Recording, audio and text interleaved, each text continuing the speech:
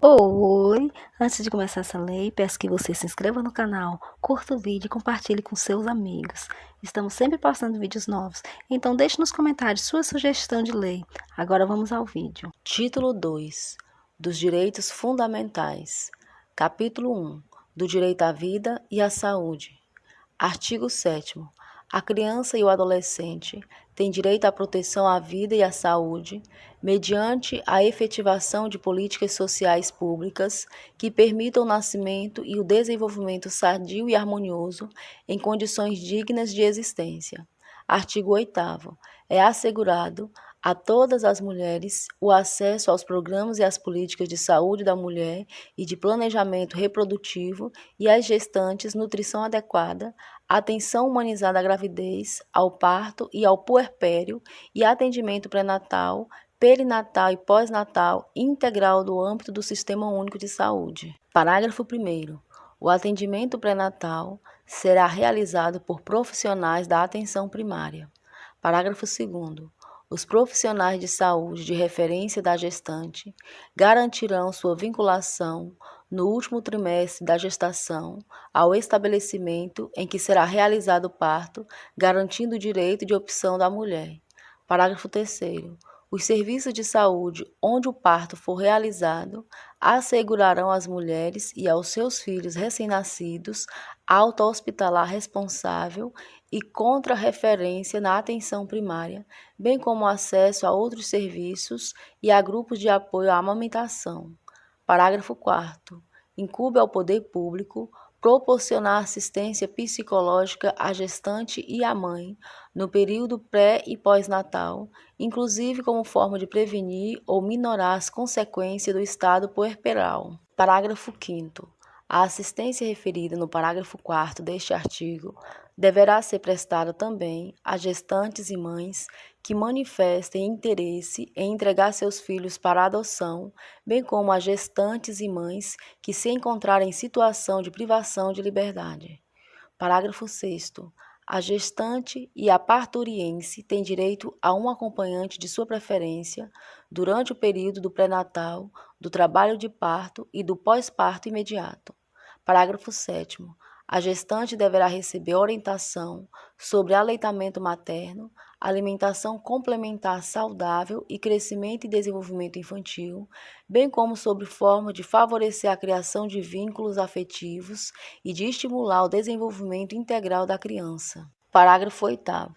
A gestante tem direito a acompanhamento saudável durante a gestação e o parto natural cuidadoso, estabelecendo-se a aplicação de cesariana e outras intervenções cirúrgicas por motivos médicos. Parágrafo 9º.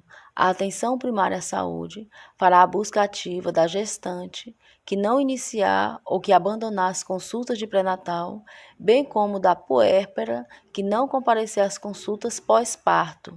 Parágrafo 10. Incumbe ao poder público garantir à gestante e à mulher com filho na primeira infância que se encontre sob custódia em unidade de privação de liberdade, ambiência que atenda às normas sanitárias e assistenciais do Sistema Único de Saúde para o acolhimento do filho, em articulação com o sistema de ensino competente, visando ao desenvolvimento integral da criança. Artigo 8º-A.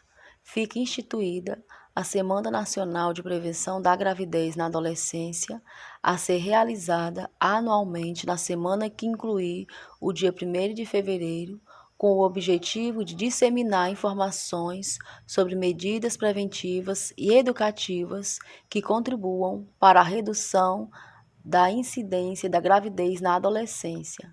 Parágrafo único. As ações destinadas a efetivar o disposto no caput deste artigo ficarão a cargo do poder público, em conjunto com a organização da sociedade civil e serão dirigidas prioritariamente ao público adolescente. Artigo 9º. O poder público, as instituições e os empregadores propiciarão condições adequadas ao aleitamento materno, inclusive aos filhos de mães submetidas à medida privativa de liberdade. Parágrafo 1º.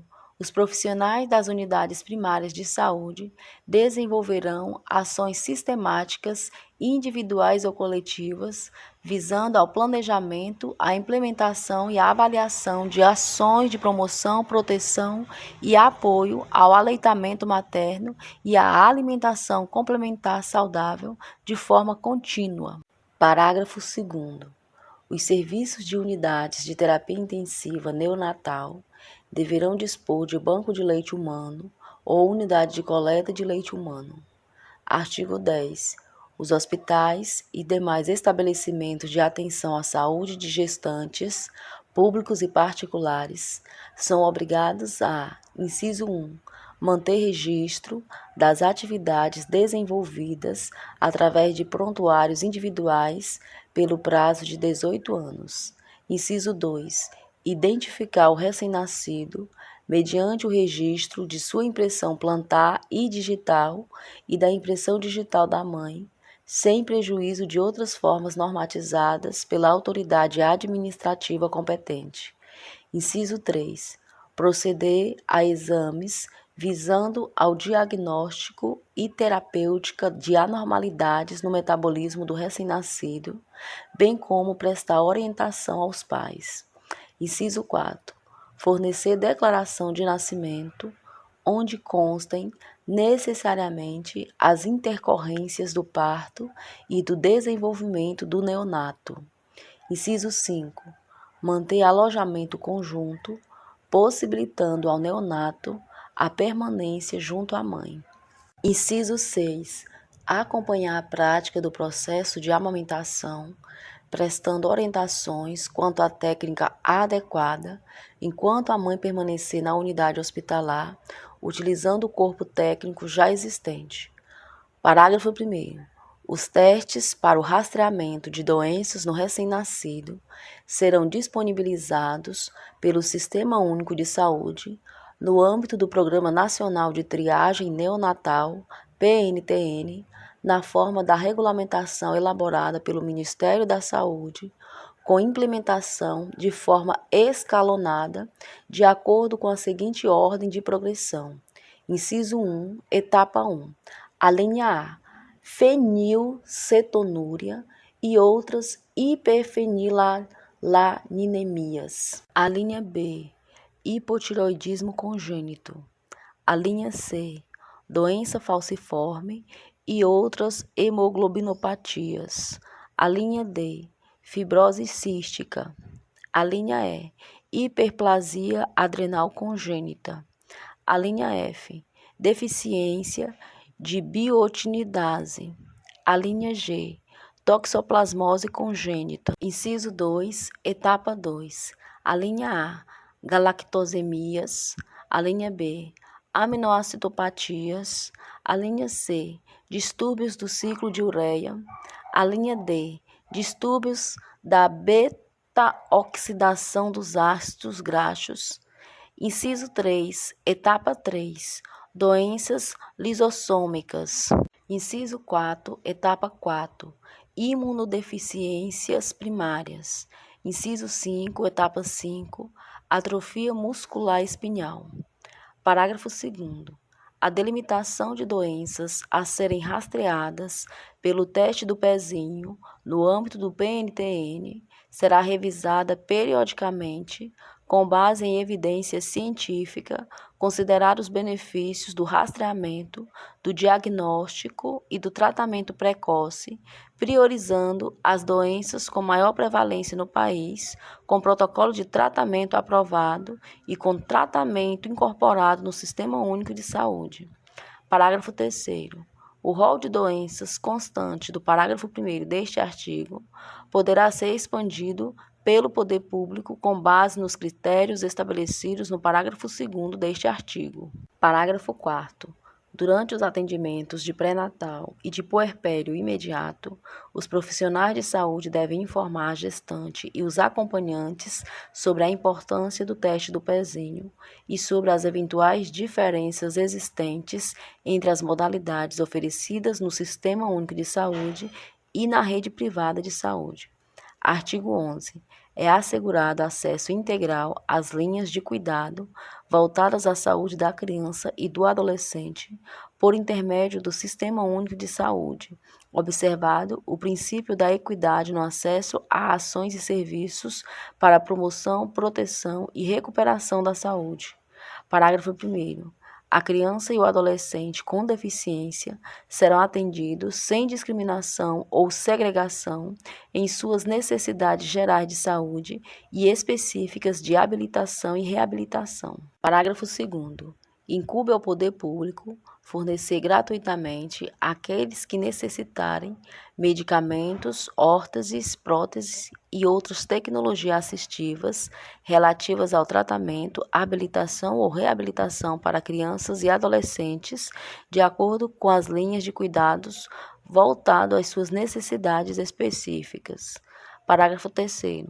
Os profissionais que atuam no cuidado diário ou frequente de crianças na primeira infância receberão formação específica e permanente para a detecção de sinais de risco para o desenvolvimento psíquico, bem como para o acompanhamento que se fizer necessário.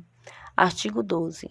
Os estabelecimentos de atendimento à saúde, inclusive as unidades neonatais, de terapia intensiva e de cuidados intermediários, deverão proporcionar condições para a permanência em tempo integral de um dos pais ou responsável, nos casos de internação de criança ou adolescente.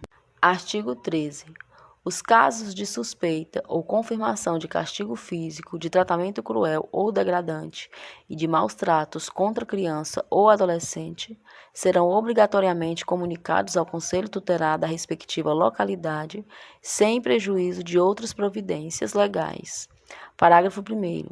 As gestantes ou mães que manifestem interesse em entregar seus filhos para adoção serão obrigatoriamente encaminhadas sem constrangimento à Justiça da Infância e da Juventude.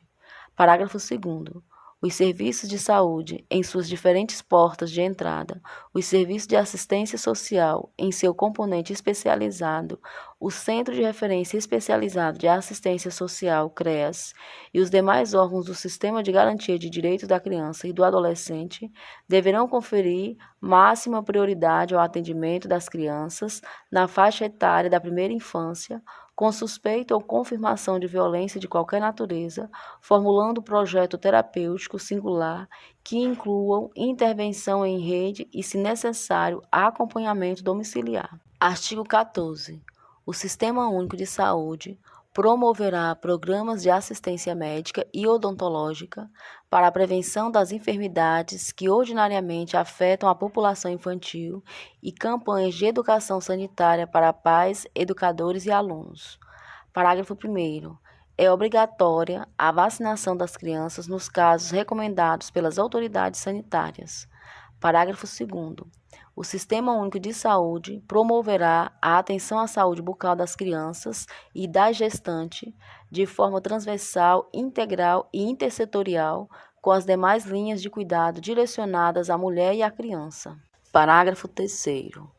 A atenção odontológica à criança terá função educativa protetiva e será prestada, inicialmente, antes de o bebê nascer, por meio de aconselhamento pré-natal e, posteriormente, no 6º e no 12º anos de vida, com orientações sobre saúde bucal.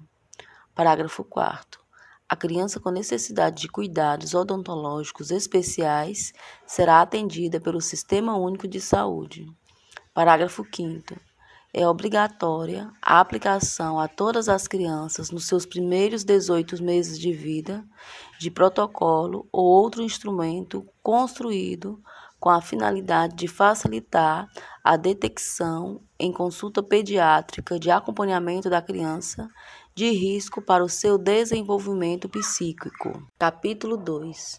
Do direito à liberdade, ao respeito e à dignidade. Artigo 15.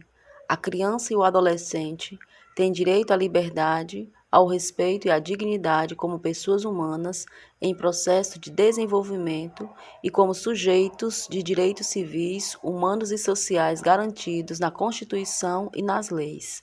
Artigo 16. O direito à liberdade compreende os seguintes aspectos.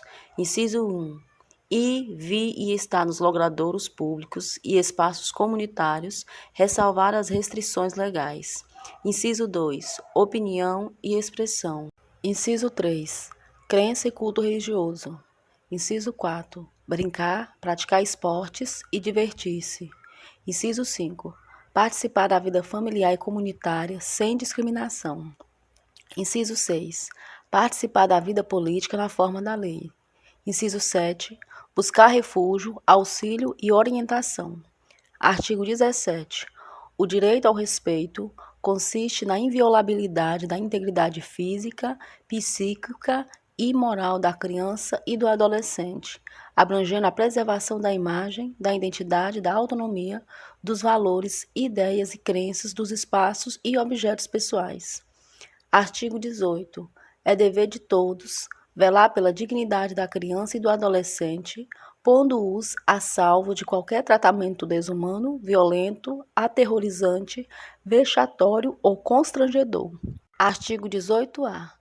A criança e o adolescente têm o direito de ser educados e cuidados sem o uso de castigo físico ou de tratamento cruel ou degradante, como formas de correção, disciplina, educação ou qualquer outro pretexto pelos pais, pelos integrantes da família ampliada, pelos responsáveis, pelos agentes públicos executores de medidas socioeducativas ou por qualquer pessoa encarregada de cuidar deles, tratá-los, educá-los ou protegê-los.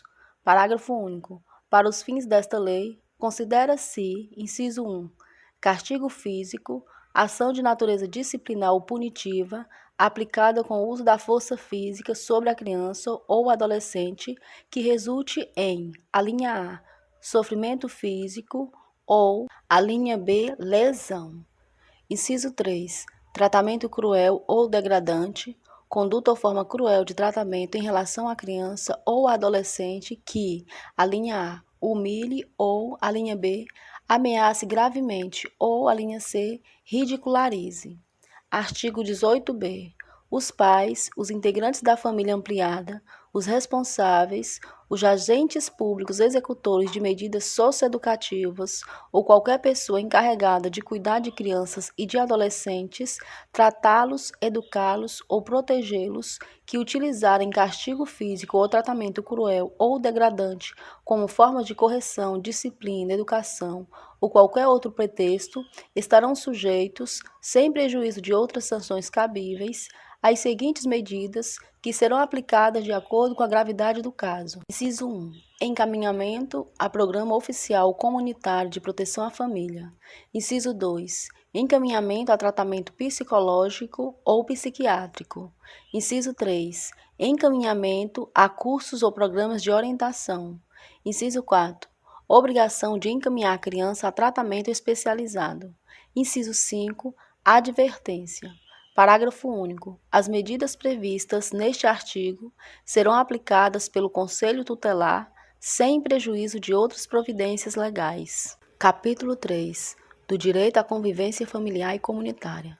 Seção 1. Disposições gerais. Artigo 19. É direito da criança e do adolescente ser criado e educado no seio de sua família e, excepcionalmente em família substituta, assegurar a convivência familiar e comunitária em ambiente que garanta seu desenvolvimento integral. Parágrafo 1º. Toda criança ou adolescente que estiver inserido em programa de acolhimento familiar ou institucional terá sua situação reavaliada no máximo a cada 3 meses, devendo a autoridade judiciária competente, com base em relatório elaborado por equipe interprofissional ou multidisciplinar, decidir de forma fundamentada pela possibilidade de reintegração familiar ou pela colocação em família de substituta, em quaisquer das modalidades previstas no artigo 28 desta lei. Parágrafo 2º. A permanência da criança e do adolescente em programa de acolhimento institucional não se prolongará por mais de 18 meses, salvo comprovada necessidade que atenda ao seu superior interesse, devidamente fundamentada pela autoridade judiciária. Parágrafo 3º. A manutenção ou a reintegração de criança ou adolescente à sua família terá preferência em relação a qualquer outra providência, caso em que será esta incluída em serviços e programas de proteção, apoio e promoção, nos termos do parágrafo 1º do artigo 23, dos incisos 1 e 4 do caput do artigo 101 e dos incisos 1 a 4 do caput do artigo 129 desta lei. Parágrafo 4º. Será garantida a convivência da criança e do adolescente com a mãe ou o pai privado de liberdade por meio de visitas periódicas promovidas pelo responsável ou, nas hipóteses de acolhimento institucional, pela entidade responsável, independentemente de autorização judicial. Parágrafo 5º.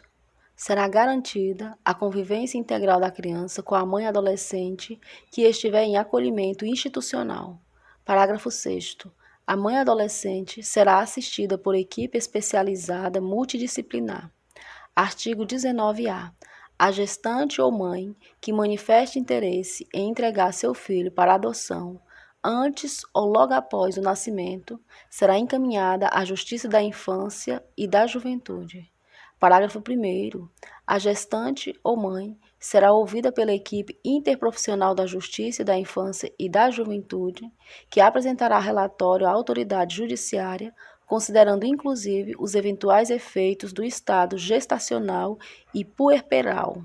Parágrafo 2º. De posse do relatório, a autoridade judiciária poderá determinar o encaminhamento da gestante ou mãe, mediante sua expressa concordância, à rede pública de saúde e assistência social para atendimento especializado. Parágrafo 3º. A busca à família extensa, conforme definida nos termos do parágrafo único do artigo 25 desta lei, respeitará o prazo máximo de 90 dias, prorrogável por igual período. Parágrafo 4º. Na hipótese de não haver a indicação do genitor e de não existir outro representante da família extensa apto a receber a guarda, a autoridade judiciária competente deverá decretar a extinção do poder familiar e determinar a colocação da criança sob guarda provisória de quem estiver habilitado a adotá-la ou de entidade que desenvolva o programa de acolhimento familiar ou institucional. Parágrafo 5º. Após o nascimento da criança, a vontade da mãe ou de ambos os genitores, se houver pai registral ou pai indicado, deve ser manifestada na audiência a que se refere o parágrafo 1º do artigo 166 desta lei, garantido o sigilo sobre a entrega. Parágrafo 6º.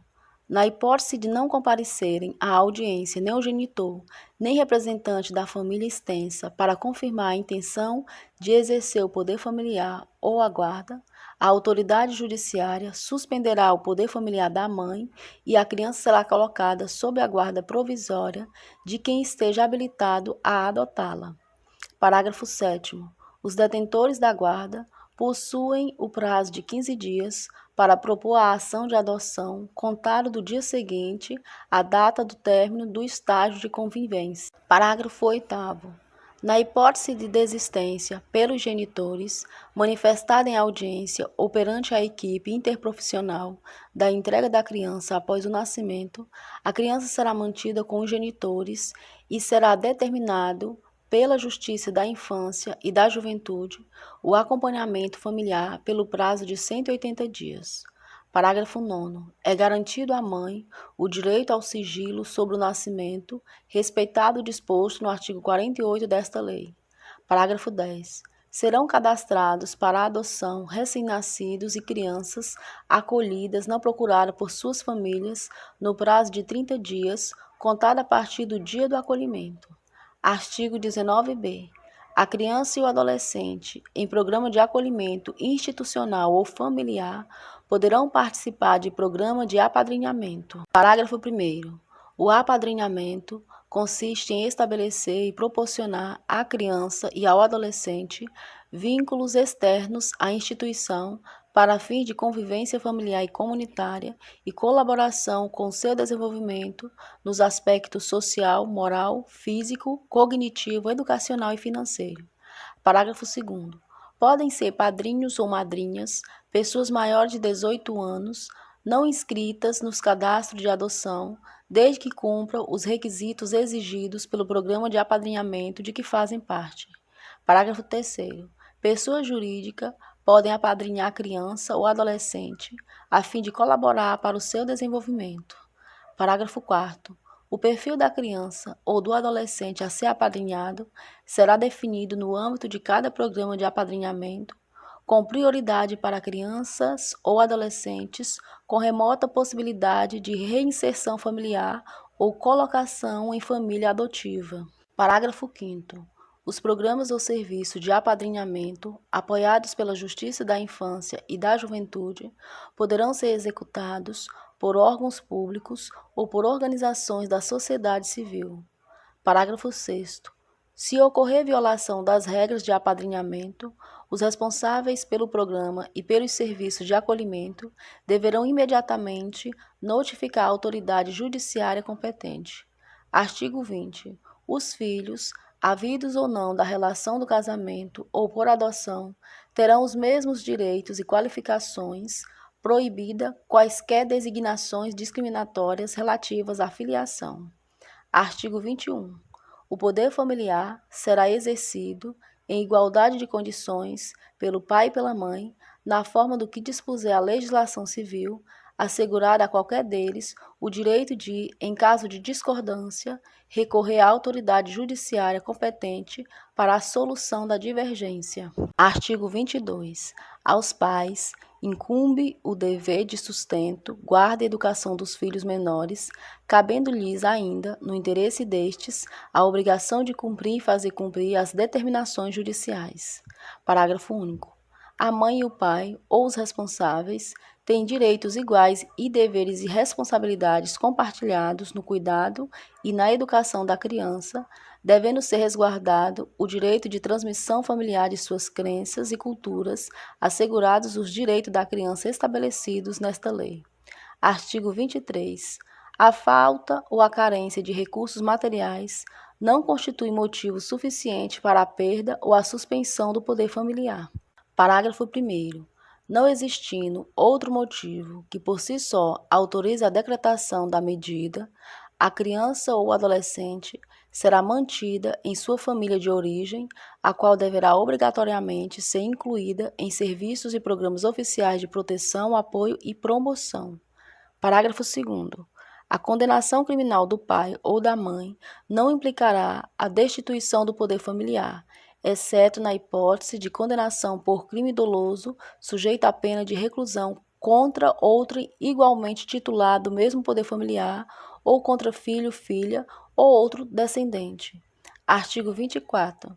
A perda e a suspensão do poder familiar serão decretadas judicialmente em procedimento contraditório nos casos previstos na legislação civil, bem como na hipótese de descumprimento injustificado dos deveres e obrigações a que alude o artigo 22. Seção 2. Da família natural. Artigo 25. Entende-se por família natural a comunidade formada pelos pais ou qualquer deles e seus descendentes. Parágrafo único. Entende-se por família extensa ou ampliada aquela que se estende para além da unidade pais e filhos ou da unidade do casal, formado por parentes próximos com os quais a criança ou adolescente convive e mantém vínculos de afinidade e afetividade. Artigo 26. Os filhos, havidos fora do casamento, poderão ser reconhecidos pelos pais, conjunto ou separadamente, no próprio termo de nascimento, por testamento, mediante escritura ou outro documento público, qualquer que seja a origem de filiação. Parágrafo único. O reconhecimento pode preceder o nascimento do filho ou suceder-lhe ao falecimento, se deixar descendentes. Artigo 27. O reconhecimento do estado de filiação é direito personalíssimo, indisponível e imprescritível, podendo ser exercitado contra os pais ou seus herdeiros, sem qualquer restrição, observado o segredo de justiça. Seção 3. Da família substituta. Subseção 1. Disposições gerais. Artigo 28. A colocação em família substituta far-se-á mediante guarda, tutela ou adoção, independentemente da situação jurídica da criança ou adolescente, nos termos desta lei. Parágrafo 1º. Sempre que possível, a criança ou adolescente será previamente ouvido por equipe interprofissional, respeitado seu estágio de desenvolvimento e grau de compreensão sobre as implicações da medida e terá sua opinião devidamente considerada. Parágrafo 2º. Tratando-se de maior de 12 anos de idade, será necessário seu consentimento acolhido em audiência. Parágrafo 3º. Na apreciação do pedido, levar-se-á em conta o grau de parentesco e a relação de afinidade ou de afetividade, a fim de evitar ou minorar as consequências decorrentes da medida. Parágrafo 4º. Os grupos de irmãos serão colocados sob adoção, tutela ou guarda da mesma família substituta, ressalvada a comprovada existência de risco de abuso ou outra situação que justifique plenamente a excepcionalidade de solução diversa, procurando-se, em qualquer caso, evitar o rompimento definitivo dos vínculos fraternais. Parágrafo 5º. A colocação da criança ou adolescente em família substituta será precedida de sua preparação gradativa e acompanhamento posterior, realizados pela equipe interprofissional a serviço da Justiça da Infância e da Juventude, preferencialmente com o apoio dos técnicos responsáveis pela execução da Política Municipal de Garantia do Direito à Convivência Familiar. Parágrafo 6º. Em se tratando de criança ou adolescente indígena ou proveniente de comunidade remanescente de quilombo, é ainda obrigatório, inciso 1, que sejam consideradas e respeitadas sua identidade social e cultural, os seus costumes e tradições, bem como suas instituições, desde que não sejam incompatíveis com os direitos fundamentais reconhecidos por esta lei e pela Constituição Federal. Inciso 2. Que a colocação familiar ocorra prioritariamente no seio de sua comunidade ou junto a membros da mesma etnia. Inciso 3. A intervenção e oitiva de representantes do órgão federal responsável pela política indigenista, no caso de crianças e adolescentes indígenas, e de antropólogos perante a equipe interprofissional ou multidisciplinar que irá acompanhar o caso. Artigo 29. Não se deferirá colocação em família substituta a pessoa que revele, por qualquer modo, incompatibilidade com a natureza da medida ou não ofereça ambiente familiar adequado. Artigo 30. A colocação em família substituta não admitirá transferência da criança ou adolescente a terceiros ou a entidades governamentais ou não governamentais sem autorização judicial. Artigo 31. A colocação em família substituta estrangeira constitui medida excepcional, somente admissível na modalidade de adoção. Artigo 32. Ao assumir a guarda ou a tutela, o responsável prestará compromisso de bem e fielmente desempenhar o encargo mediante termo nos autos. Subseção 2. Da guarda. Artigo 33. A guarda obriga a prestação de assistência material, moral e educacional à criança ou adolescente, conferindo a seu detentor o direito de opor-se a terceiros, inclusive aos pais. Parágrafo 1º. A guarda destina-se à regularização à posse de fato, podendo ser deferida, liminar ou incidentalmente nos procedimentos de tutela e adoção, exceto no de adoção por estrangeiros. Parágrafo 2º. Excepcionalmente, deferir-se-á a guarda fora dos casos de tutela e adoção para atender a situações peculiares ou suprir a falta eventual dos pais ou responsável, podendo ser deferido o direito de representação para a prática de atos determinados. Parágrafo 3º. A guarda confere à criança ou adolescente a condição de dependente para todos os fins e efeitos de direito, inclusive previdenciários. Parágrafo 4º. Salvo expressa e fundamentada determinação em contrário da autoridade judiciária competente ou quando a medida for aplicada em preparação para a adoção, o deferimento da guarda de criança ou adolescente a terceiro não impede o exercício do direito de visitas pelos pais assim como o dever de prestar alimentos que serão objeto de regulamentação específica a pedido do interessado ou do Ministério Público. Artigo 34. O poder público estimulará, por meio de assistência jurídica, incentivos fiscais e subsídios, o acolhimento, sob a forma de guarda, de criança ou adolescente afastado do convívio familiar. Parágrafo 1º.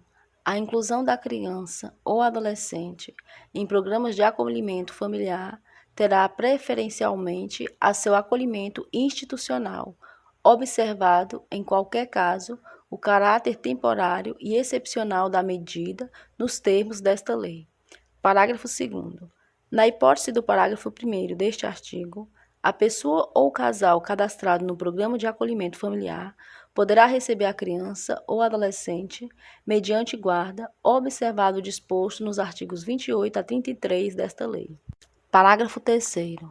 A União apoiará a implementação de serviços de acolhimento em família acolhedora como política pública, os quais deverão dispor de equipe que organize o acolhimento temporário de crianças e de adolescentes em residências de famílias selecionadas, capacitadas e acompanhadas que não estejam no cadastro de adoção. Parágrafo 4º. Poderão ser utilizados recursos federais, estaduais, distritais e municipais para a manutenção dos serviços de acolhimento em família acolhedora, facultando-se o repasse de recursos para a própria família acolhedora. Artigo 35. A guarda poderá ser revogada a qualquer tempo, mediante ato judicial fundamentado, ouvido o Ministério Público. Subseção 3. Da tutela. Artigo 36. A tutela será deferida, nos termos da Lei Civil, à pessoa de até 18 anos incompletos. Parágrafo único. O deferimento da tutela pressupõe a prévia decretação da perda ou suspensão do poder familiar e implica necessariamente o dever de guarda. Artigo 37. O tutor nomeado por testamento ou qualquer documento autêntico, conforme previsto no parágrafo único do artigo 1729 da Lei nº 10.406, de 10 de janeiro de 2002, Código Civil, deverá, no prazo de 30 dias, após a abertura da sucessão, ingressar com pedido destinado ao controle judicial do ato, observando o procedimento previsto nos artigos 165 a 170 desta lei. Parágrafo único. Na apreciação do pedido, serão observados os requisitos previstos nos artigos 28 e 29 desta lei, somente sendo deferida a tutela à pessoa indicada na disposição de última vontade, se restar comprovado que a medida é vantajosa ao tutelando e que não existe outra pessoa em melhores condições de assumi-la. Artigo 38. Aplica-se à destituição da tutela o disposto no artigo 24. Subseção 4. Da adoção. Artigo 39. A adoção de criança e de adolescente reger-se-á segundo o disposto nesta lei. Parágrafo 1º. A adoção é medida excepcional e irrevogável, a qual se deve recorrer apenas quando esgotados os recursos de manutenção da criança ou adolescente na família natural ou extensa, na forma do parágrafo único do artigo 25 desta lei. Parágrafo 2º. É vedada a adoção por procuração. Parágrafo 3º. Em caso de conflito entre direitos e interesses do adotando e de outras pessoas, inclusive seus pais biológicos, devem prevalecer os direitos e os interesses do adotando. Artigo 40. O adotando deve contar com no máximo 18 anos à data do pedido, salvo se já estiver sob a guarda ou tutela dos adotantes.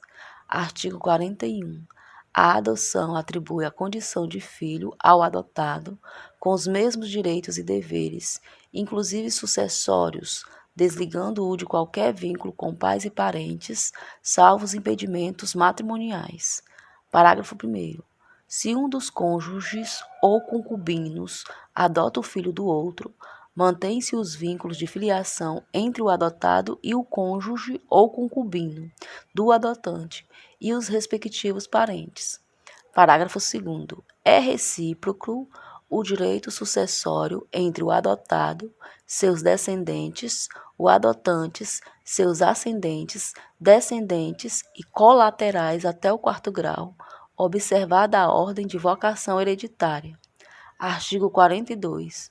Podem adotar os maiores de 18 anos, independentemente do estado civil. Parágrafo 1º. Não podem adotar os ascendentes e os irmãos do adotando.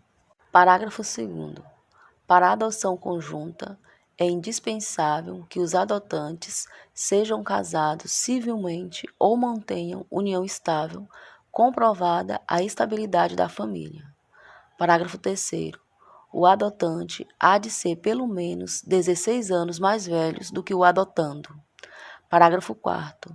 Os divorciados, o judicialmente separado e os ex-companheiros podem adotar conjuntamente, contanto que acordem sobre a guarda e o regime de visitas e desde que o estágio de convivência tenha sido iniciado na constância do período de convivência e que seja comprovada a existência de vínculos de afinidade e afetividade com aquele não detentor da guarda que justifiquem a excepcionalidade da concessão. Parágrafo 5º. Nos casos do parágrafo 4º deste artigo, desde que demonstrado efetivo benefício ao adotando, será assegurada a guarda compartilhada, conforme previsto no artigo 1584 da Lei nº 10.406, de 10 de janeiro de 2002, Código Civil. Parágrafo 6º. A adoção poderá ser deferida ao adotante que, após inequívoca manifestação de vontade, vier a falecer no curso do procedimento, antes de prolatada a sentença. Artigo 43. A adoção será deferida quando apresentar reais vantagens para o adotando e fundar-se em motivos legítimos. Artigo 44. Enquanto não der conta de sua administração e saldar o seu alcance, não pode o tutor ou o curador adotar o pupilo ou o curatelado. Artigo 45. A adoção depende do consentimento dos pais ou do representante legal do adotando. Parágrafo 1º. O consentimento será dispensado em relação à criança ou adolescente cujos pais sejam desconhecidos ou tenham sido destituídos do poder familiar. Parágrafo 2º. Em se tratando de adotando maior de 12 anos de idade, será também necessário seu consentimento. Artigo 46. A adoção será precedida de estágio de convivência com a criança ou adolescente pelo prazo máximo de 90 dias, observadas a idade da criança ou adolescente e as peculiaridades do caso. Parágrafo 1º. O estágio de convivência poderá ser dispensado se o adotando já estiver sob a tutela ou guarda legal do adotante durante tempo suficiente para que seja possível avaliar a convivência da constituição do vínculo. Parágrafo 2º. A simples guarda, de fato, não autoriza por si só a dispensa da realização do estágio de convivência. Parágrafo 2º-A. O prazo máximo estabelecido no caput deste artigo poderá ser prorrogado por até igual período, mediante decisão fundamentada da autoridade judiciária. Parágrafo 3º. Em caso de adoção por pessoa ou casal residente ou domiciliado fora do país, o estágio de convivência será de no mínimo 30 dias e no máximo 45 dias, prorrogável por até igual período, uma única vez, mediante decisão fundamentada da autoridade judiciária. Parágrafo 3º-A. Ao final do prazo previsto no parágrafo 3º deste artigo, deverá ser apresentado laudo fundamentado pela equipe mencionada no parágrafo 4º deste artigo, que recomendará ou não o deferimento da adoção à autoridade judiciária. Parágrafo 4º. O estágio de convivência será acompanhado pela equipe interprofissional a serviço da Justiça da Infância e da Juventude, preferencialmente com o apoio dos técnicos responsáveis pela execução da política de garantia do direito à convivência familiar, que apresentarão um relatório minucioso acerca da convivência e do deferimento da medida. Parágrafo 5º. O estágio de convivência será cumprido no território nacional, preferencialmente na comarca de residência da criança ou adolescente, ou a critério do juiz, em cidade limítrofe, respeitada em qualquer hipótese a competência do juízo da comarca de residência da criança. Artigo 47. O vínculo da adoção constitui-se por sentença judicial que será inscrita no registro civil mediante mandado do qual não se fornecerá certidão. Parágrafo 1º. A inscrição consignará o nome dos adotantes como pais, bem como o nome de seus ascendentes. Parágrafo 2º. O mandado judicial, que será arquivado, cancelará o registro original do adotado. Parágrafo 3º. A pedido do adotante, o novo registro poderá ser lavrado no cartório de registro civil do município de sua residência. Parágrafo 4º. Nenhuma observação sobre a origem do ato poderá constar nas certidões do registro. Parágrafo 5º. A sentença conferirá ao adotado o nome do adotante e, ao pedido de qualquer deles, poderá determinar a modificação do prenome. Parágrafo 6º. Caso a modificação de prenome seja requerida pelo adotante, é obrigatória a oitiva do adotando, observando o disposto nos parágrafos 1º e 2º do artigo 28 desta lei. Parágrafo 7º. A adoção produz seus efeitos a partir do trânsito em julgado da sentença constitutiva, exceto na hipótese prevista no parágrafo 6º do artigo 42 desta lei, caso em que terá força retroativa à data do óbito. Parágrafo 8º.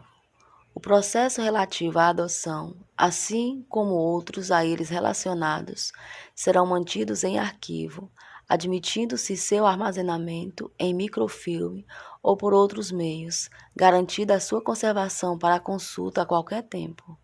Parágrafo 9º. Terão prioridade de tramitação os processos de adoção em que o adotando for criança ou adolescente com deficiência ou com doença crônica. Parágrafo 10. O prazo máximo para a conclusão da ação de adoção será de 120 dias, prorrogável uma única vez por igual período, mediante decisão fundamentada da autoridade judiciária. Artigo 48. O adotado tem direito de conhecer sua origem biológica, bem como de obter acesso irrestrito ao processo no qual a medida foi aplicada e seus eventuais incidentes após completar 18 anos. Parágrafo único. O acesso ao processo de adoção poderá ser também deferido ao adotado menor de 18 anos a seu pedido, assegurada orientação e assistência jurídica e psicológica. Artigo 49. A morte dos adotantes não restabelece o poder familiar dos pais naturais. Artigo 50. A autoridade judiciária manterá, em cada comarca ou foro regional, um registro de crianças e adolescentes em condições de serem adotados e outro de pessoas interessadas na adoção. Parágrafo 1º. O deferimento da inscrição dar-se-á após prévia consulta aos órgãos técnicos do juizado, ouvido o Ministério Público. Parágrafo 2º. Não será deferida a inscrição se o interessado não satisfazer os requisitos legais ou verificada qualquer das hipóteses previstas no artigo 29. Parágrafo 3º. A inscrição de postulantes à adoção será precedida de um período de preparação psicossocial e jurídica, orientada pela equipe técnica da Justiça da Infância e da Juventude, preferencialmente com apoio dos técnicos responsáveis pela execução da Política Municipal de Garantia do Direito à Convivência Familiar. Parágrafo 4º. Sempre que possível e recomendável, a preparação referida no parágrafo 3º deste artigo incluirá o contato com crianças e adolescentes em acolhimento familiar ou institucional em condições de serem adotados, a ser realizada sob a orientação, supervisão e avaliação da equipe técnica da Justiça da Infância e da Juventude, com apoio dos técnicos responsáveis pelo programa de acolhimento e pela execução da Política Municipal de Garantia do Direito à Convivência Familiar. Parágrafo 5º. serão criados e implementados cadastros estaduais e nacional de crianças e adolescentes em condições de serem adotadas e de pessoas ou casais habilitados à adoção. Parágrafo 6º. Haverá cadastros distintos para pessoas ou casais residentes fora do país, que somente serão consultados na inexistência de postulantes nacionais habilitados nos cadastros mencionados no parágrafo 5º deste artigo. Parágrafo 7º. As autoridades estaduais e federais, em matéria de adoção, terão acesso integral aos cadastros, incumbindo-lhes a troca de informações e a cooperação mútua para a melhoria do sistema. Parágrafo 8º. A autoridade judiciária providenciará, no prazo de 48 horas, a inscrição das crianças e adolescentes em condições de serem adotados que não tiverem colocação familiar na comarca de origem e das pessoas ou casais que tiveram deferida sua habilitação à adoção nos cadastros estadual e nacional referidos no parágrafo 5º deste artigo, sob pena de responsabilidade. Parágrafo 9º. Compete à autoridade central estadual zelar pela manutenção e correta alimentação dos cadastros, com posterior comunicação à Autoridade Central Federal Brasileira. Parágrafo 10. Consultados os cadastros e verificada a ausência de pretendentes habilitados residentes no país com perfil compatível e interesse manifesto pela adoção de crianças ou adolescente inscrito nos cadastros existentes, será realizado o encaminhamento da criança ou adolescente à adoção internacional. Parágrafo 11. Enquanto não localizada pessoa ou casal interessada em sua adoção, a criança ou adolescente, sempre que possível e recomendável, será colocado sob guarda de família cadastrada em programa de acolhimento familiar. Parágrafo 12. A alimentação do cadastro e a convocação criteriosa dos postulantes à adoção serão fiscalizadas pelo Ministério Público. Parágrafo 13. Somente poderá ser deferida a adoção em favor de candidato domiciliado no Brasil, não cadastrado previamente nos termos desta lei, quando, inciso 1, se tratar de pedido de adoção unilateral. Inciso 2, for formulada por parente com o qual a criança ou adolescente mantenha vínculos de afinidade e afetividade. Inciso 3, oriundo o pedido de quem detém a tutela ou guarda legal da criança maior de 3 anos ou adolescente, desde que o lapso de tempo de convivência comprove a fixação de laços de afinidade e afetividade e não seja constatada a ocorrência de má-fé ou qualquer das situações previstas nos artigos 237 ou 238 desta lei. Parágrafo 14. Nas hipóteses previstas no parágrafo 13 deste artigo, o candidato deverá comprovar, no curso do procedimento, que preenche os requisitos necessários à adoção, conforme previsto nesta lei. Parágrafo 15. Será assegurada prioridade no cadastro a pessoas interessadas em adotar criança ou adolescente com deficiência, com doença crônica ou com necessidades específicas de saúde, além de grupo de irmãos. Artigo 51. Considera-se a adoção internacional aquela na qual o pretendente possui residência habitual em país parte da Convenção de Haia, de 29 de maio de 1993, relativa à proteção das crianças e à cooperação em matéria de adoção internacional, promulgada pelo Decreto nº 3.087, de 21 de junho de 1999, e deseja adotar criança em outro país parte da Convenção. Parágrafo 1º. A adoção internacional de criança ou adolescente brasileiro ou domiciliado no Brasil somente terá lugar quando restar comprovado, inciso 1, que a colocação em família adotiva é a solução adequada ao caso concreto. Inciso 3. Que foram esgotadas todas as possibilidades de colocação da criança ou adolescente em família adotiva brasileira, com a comprovação certificada nos autos da inexistência de adotantes habilitados residentes no Brasil com perfil compatível com a criança ou adolescente, após consulta aos cadastros mencionados nesta lei. Inciso 3. Que, em se tratando de adoção de adolescente, este foi consultado por meios adequados ao seu estágio de desenvolvimento e que se encontra preparado para a medida, mediante parecer elaborado por equipe interprofissional, observado o disposto nos parágrafos 1º e 2º do artigo 28 desta lei. Parágrafo 2º.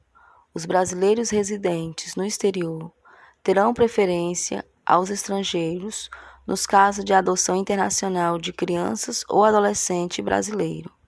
Parágrafo 3º. A adoção internacional pressupõe a intervenção das autoridades centrais estaduais e federal em matéria de adoção internacional. Artigo 52. A adoção internacional observará o procedimento previsto nos artigos 165 a 170 desta lei, com as seguintes adaptações. Inciso 1. A pessoa ou casal estrangeiro interessado em adotar criança ou adolescente brasileiro deverá formular pedido de habilitação à adoção perante a autoridade central em matéria de adoção internacional no país de acolhida, assim entendido aquele onde está situada sua residência habitual. Inciso 3. Se a autoridade central do país de acolhida considerar que os solicitantes estão habilitados e aptos para adotar, emitirá um relatório que contenha informações sobre a identidade, a capacidade jurídica e a adequação dos solicitantes para adotar, sua situação pessoal, familiar e médica, seu meio social, os motivos que os animam e sua aptidão para assumir uma adoção internacional. Inciso 3. A autoridade central do país de acolhida enviará o relatório à autoridade central estadual com cópia para a autoridade central federal brasileira. Inciso 4. O relatório será instruído com toda a documentação necessária, incluindo estudo psicossocial elaborado por equipe interprofissional habilitada e cópia autenticada da legislação pertinente, acompanhada da respectiva prova de vigência. Inciso 5. Os documentos em língua estrangeira serão devidamente autenticados pela autoridade consular, observados tratados e convenções internacionais e acompanhados da respectiva tradução por tradutor público juramentado. Inciso 6. A autoridade central estadual poderá fazer exigências e solicitar complementação sobre o estudo psicossocial do postulante estrangeiro à adoção, já realizado no país de acolhida. Inciso 7.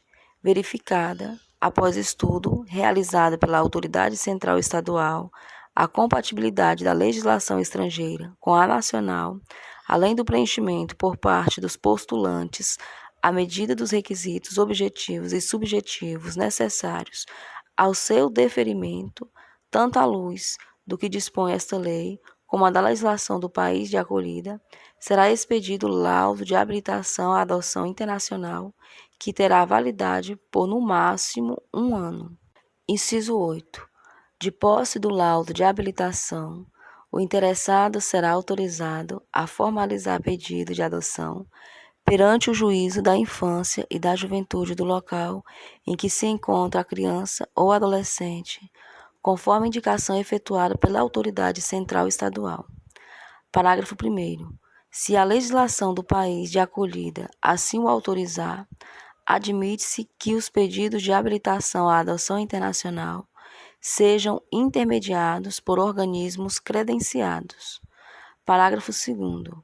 Incumbe à autoridade central federal brasileira o credenciamento de organismos nacionais e estrangeiros encarregados de intermediar pedidos de habilitação à adoção internacional, com posterior comunicação às autoridades centrais estaduais e publicação nos órgãos oficiais de imprensa e em sítio próprio da internet.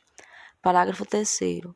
Somente será admissível o credenciamento de organismos que, inciso 1, sejam oriundos de países que ratificaram a Convenção de Haia e estejam devidamente credenciados pela autoridade central do país onde estiverem sediados e no país de acolhida do adotando, para atuar em adoção internacional no Brasil.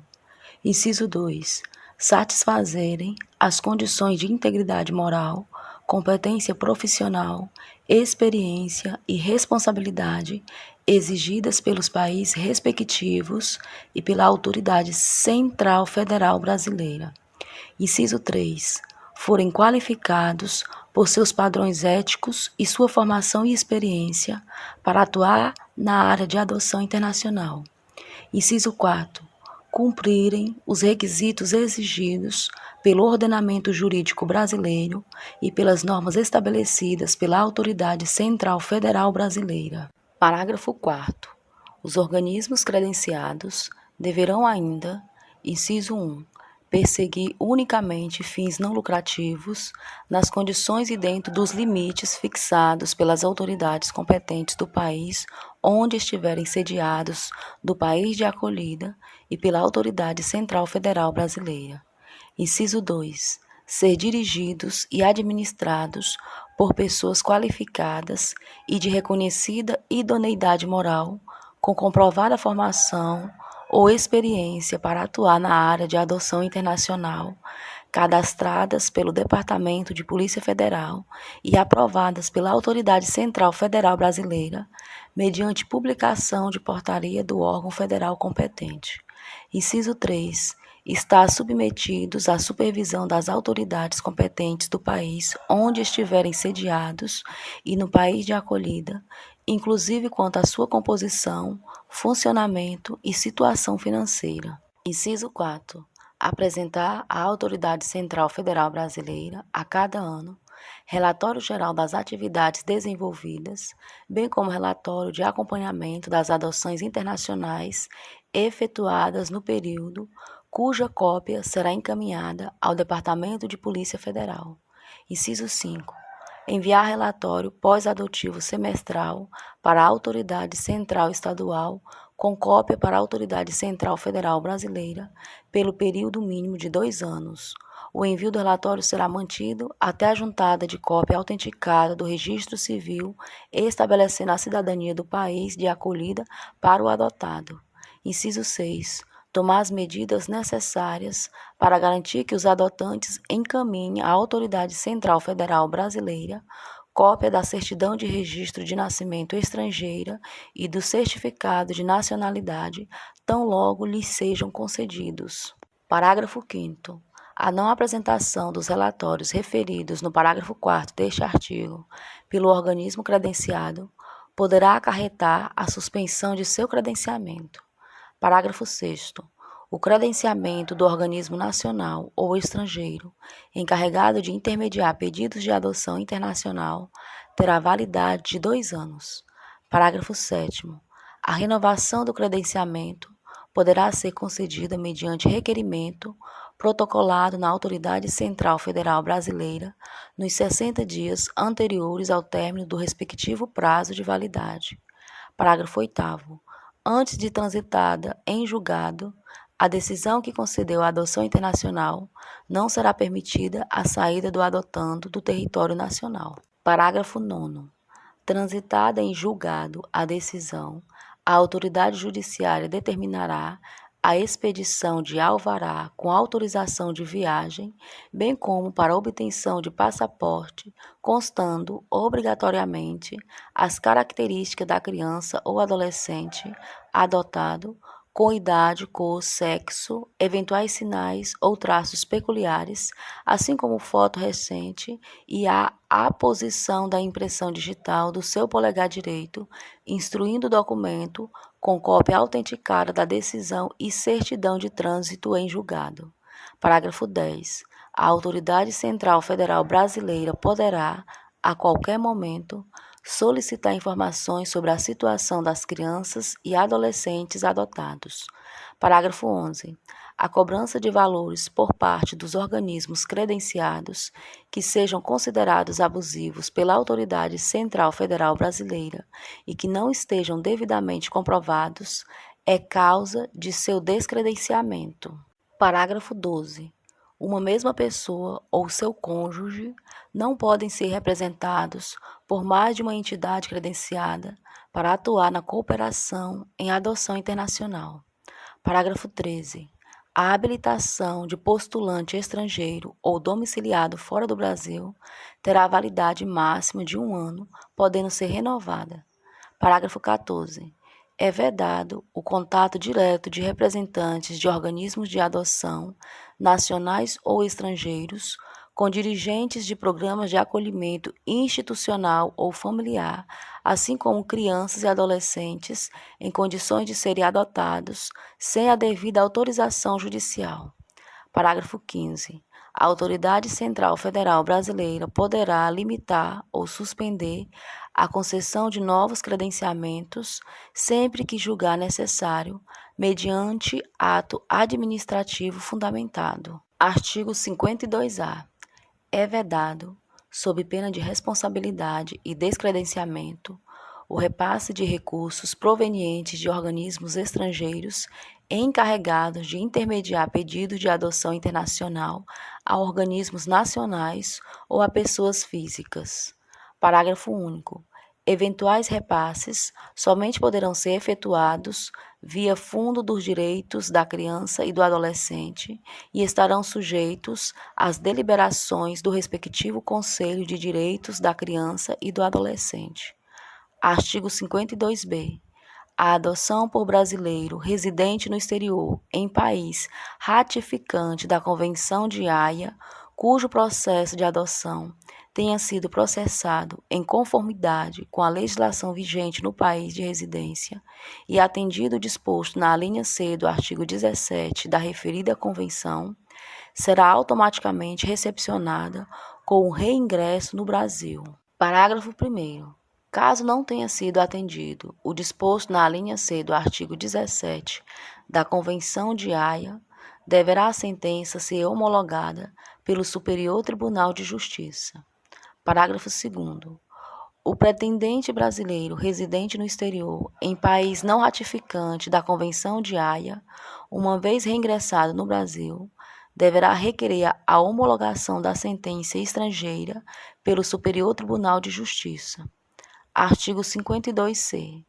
Nas adoções internacionais, quando o Brasil for o país de acolhida, a decisão da autoridade competente do país de origem da criança ou do adolescente será conhecida pela autoridade central estadual que tiver processado o pedido de habilitação dos pais adotivos, que comunicará o fato à autoridade central federal e determinará as providências necessárias à expedição do certificado de naturalização provisório.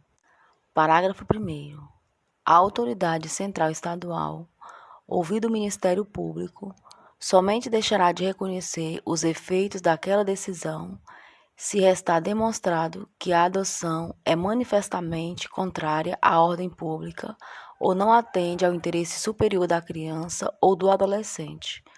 Parágrafo 2º. Na hipótese de não reconhecimento da adoção, prevista no parágrafo 1º deste artigo, o Ministério Público deverá imediatamente requerer o que for de direito para resguardar os interesses da criança ou do adolescente, comunicando-se as providências à autoridade central estadual, que fará comunicação à autoridade central federal brasileira e à autoridade central do país de origem. Artigo 52-D. Nas adoções internacionais, quando o Brasil for o país de acolhida e a adoção não tenha sido deferida no país de origem porque a sua legislação a delega ao país de acolhida, ou ainda, na hipótese de mesmo com decisão, a criança ou adolescente ser oriundo de país que não tenha aderido à convenção referida, o processo de adoção seguirá as regras da adoção nacional. Capítulo 4. Do direito à educação, à cultura, ao esporte e ao lazer. Artigo 53.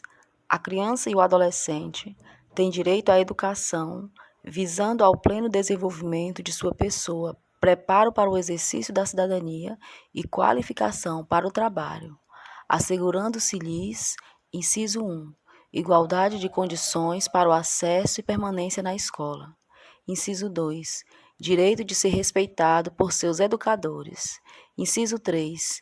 Direito de contestar critérios avaliativos, podendo recorrer às instâncias escolares superiores. Inciso 4. Direito de organização e participação em entidades estudantis. Inciso 5. Acesso à escola pública e gratuita, próximo de sua residência, garantindo-se vagas no mesmo estabelecimento a irmãos que frequentam a mesma etapa ou ciclo de ensino da educação básica. Parágrafo único.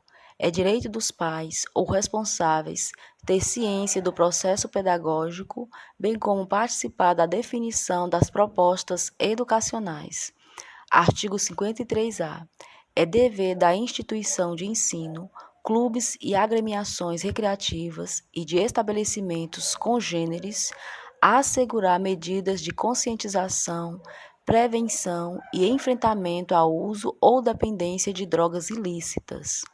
Artigo 54. É dever do Estado assegurar à criança e ao adolescente, inciso 1, ensino fundamental, obrigatório e gratuito, inclusive para os que a ele não tiverem acesso na idade própria. Inciso 2. Progressiva extensão da obrigatoriedade e gratuidade ao ensino médio. Inciso 3. Atendimento educacional especializado aos portadores de deficiência, preferencialmente na rede regular de ensino. Inciso 4. Atendimento em creche e pré-escola às crianças de 0 a 5 anos de idade. Inciso 5. Acesso aos níveis mais elevados do ensino, da pesquisa e da criação artística, segundo a capacidade de cada um. Inciso 6. Oferta de ensino noturno regular, adequado às condições do adolescente trabalhador. Inciso 7. Atendimento no ensino fundamental, através de programas suplementares de material didático escolar, transporte, alimentação e assistência à saúde. Parágrafo 1º. O acesso ao ensino obrigatório e gratuito é direito público subjetivo. Parágrafo 2º. O não oferecimento do ensino obrigatório pelo poder público ou sua oferta irregular importa a responsabilidade da autoridade competente. Parágrafo 3º. Compete ao poder público recensear os educandos no ensino fundamental, fazer-lhes a chamada e zelar, junto aos pais ou responsável, pela frequência à escola. Artigo 55. Os pais ou responsável têm a obrigação de matricular seus filhos ou pupilos na rede regular de ensino. Artigo 56. Os dirigentes de estabelecimentos de ensino fundamental comunicarão ao Conselho Tutelar os casos de, inciso 1, maus tratos envolvendo seus alunos, inciso 2, reiteração de faltas injustificadas e de evasão escolar, esgotados os recursos escolares. Inciso 3, elevado níveis de repetência. Artigo 57. O poder público estimulará pesquisas, experiências e novas propostas relativas a calendário, seriação, currículo, metodologia didática e avaliação, com vistas à inserção de crianças e adolescentes excluídos do ensino fundamental obrigatório. Artigo 58. No processo educacional, respeitar-se-ão os valores culturais, artísticos e históricos próprios do contexto social da criança e do adolescente, garantindo-se a estes a liberdade da criação e o acesso às fontes de cultura. Artigo 59.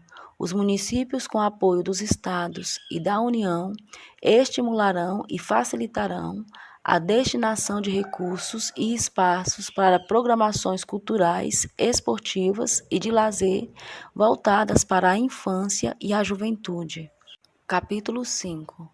Do direito à profissionalização e à proteção no trabalho. Artigo 60. É proibido qualquer trabalho a menores de 14 anos de idade, salvo na condição de aprendiz. Artigo 61. A proteção ao trabalho dos adolescentes é regulada por legislação especial, sem prejuízo do disposto nesta lei. Artigo 62. Considera-se aprendizagem a formação técnico-profissional ministrada segundo as diretrizes e bases da legislação de educação em vigor. Artigo 63. A formação técnico-profissional obedecerá aos seguintes princípios. Inciso 1. Garantia de acesso e frequência obrigatória ao ensino regular. Inciso 2. Atividade compatível com o desenvolvimento do adolescente. Inciso 3. Horário especial para o exercício das atividades. Artigo 64. Ao adolescente até 14 anos de idade é assegurada bolsa de aprendizagem. Artigo 65. Ao adolescente aprendiz maior de 14 anos são assegurados os direitos trabalhistas e previdenciários. Artigo 66. Ao adolescente portador de deficiência é assegurado trabalho protegido. Artigo 67. Ao adolescente empregado aprendiz em regime familiar de trabalho, aluno de escola técnica, assistido em entidade governamental ou não governamental, é vedado trabalho, inciso 1, noturno, realizado entre as 22 horas de um dia e as 5 horas do dia seguinte.